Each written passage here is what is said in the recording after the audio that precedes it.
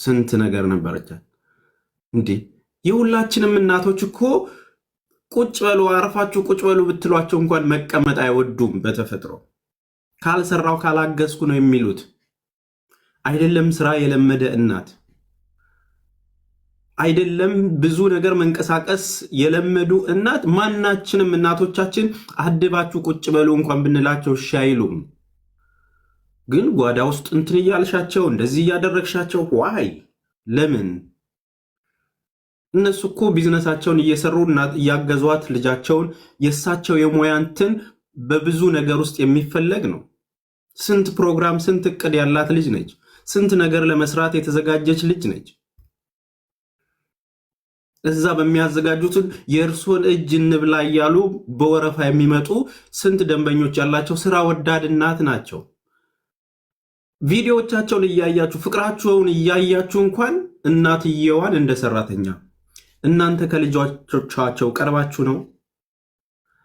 እናንተ የምር አስባችሁላቸው ነው? ለእናታችን ተጨንቃችሁ ነው ሰራተኛ ያደረጋችኋት የምትሉት? የማናችን እናት ናቸውስ አርፈው የሚያውቁት? እረፉ ብንላቸውስ ያርፋሉ ወይ? አያችሁ፣ እያንዳንዱ ጊዜ የምናደርገው አንድ ቃል ኃላፊነት መውሰድ ካልቻላችሁ ዳሜጁ ይሄን ያህል ነው። ይሄን ያህል ነው። አሁን እንዴት ቶለሬት ታድርግ? ገና ወልዳ 40 ቀን እንኳን ባልሞላት ቀን ውስጥ ስሟ ተነስቶ እንደዛ ለማስተካከል ላይ ታች ስትል ከሷ ጎን የሚቆም አንድ ሰው ጠፍቶ ሰዎች ባገኙት አጀንዳ ብቻ ለራሳቸው ቢዝነስ ለራሳቸው ጥቅም ሊጠቀሙበት እንደዛ ቀሳስረው ታረቁ፣ በቃ ተነጋገሩ፣ ሰላም ወረደ ብለን መክረን ሳንጨርስ አስተካከልን ብለን ተደስተን ሳናበቃ ይሄው በ4 ቀን ልዩነት ውስጥ እነዛ ምስኪን እናት ህይወታቸውን አጡ። ከባድ ነው። አንዳንዴ እንደዚህ ድንገት እግዚአብሔር አይቀርልንም ሞት እንጠራለን። ግን ማመን ማንችላቸው ሐዘኖች ደግሞ አሉ። ገባችሁ? ማመን እና መቆጣጠር ማንችላቸው ሐዘኖች አሉ በየቤቶቻችን። በተለይ የቤታችሁ ዋና አካል የሆነ መውጣት መግባታችሁን በስስት የሚያይ ሰው ሲሆን ያማል። አሁን እግዚአብሔር ብቻ ያበርታቸው፣ እግዚአብሔር ብቻ ያጠንክራቸው፣ እግዚአብሔር ብቻ አይዞሽ ይበላት። የምሬን ነው የምላችሁ። አዶን ነው እኔ እንጃ። ግን ፈጣሪ በደጋጎቹ ስፍራ ያኖራት። የሁላችንም እናት ናቸው፣ ምስኪን እናት ናቸው። እባካችሁ ካፋችሁ ክፉ አይውጣ የሚሉ እናት ናቸው። ሀኒ የመጨረሻ ልጃቸው ነች። እዛ በአካባቢው የሚወዱ ሁሉም እናቴ እናቴ የሚላቸው ምስኪን እናቶች ናቸው። ግን በቃ ህይወት እንደዚህ ነው። እባካችሁ የምታደርጉትን ነገር ማስተዋል። ምንድነው እየሆነ ያለው? ምንድነው እየተፈጠረ ያለው? በቃ ምንም መቆጣጠር አልቻለም። በቃ ደውዬ ሊያነሱልኝ አልቻሉም። ባለቤቷ ለ1 ደቂቃ ነው ያወራኝ። መቋቋም አቅቶት ለ1 ደቂቃ ነው ያወራኝ።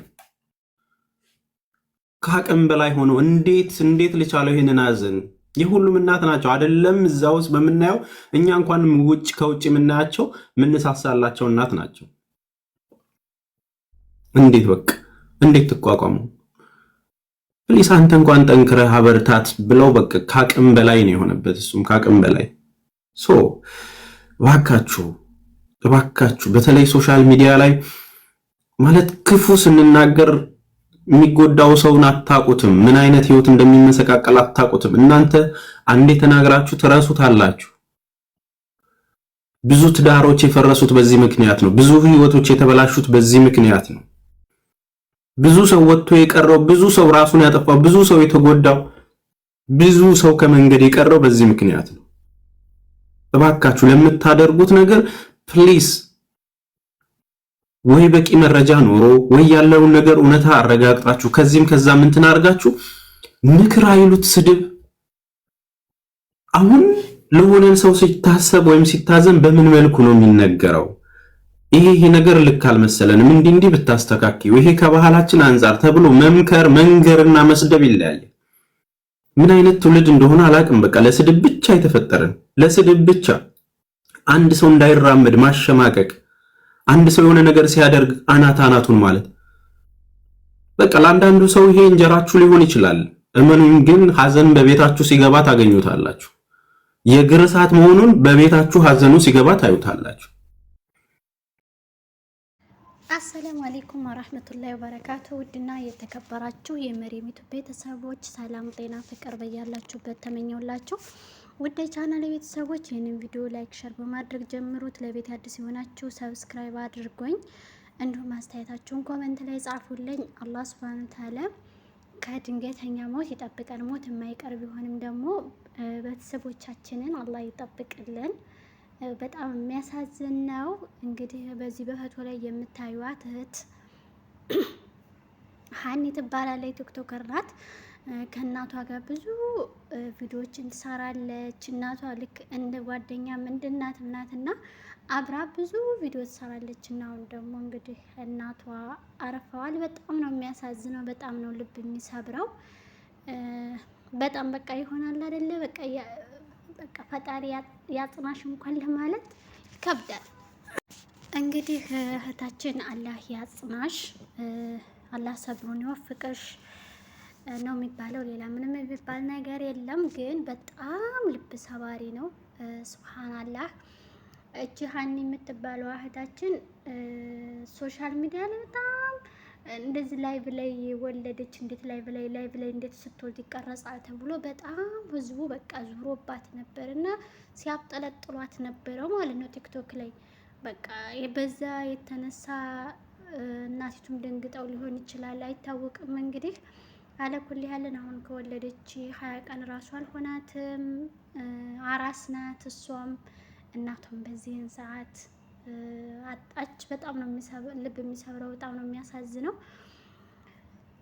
ውድ ቻናል ቤተሰቦች፣ በነገራችን ላይ አንድ ነገር ልናገር። ግን በእናንተ በምትናገሩት ነገር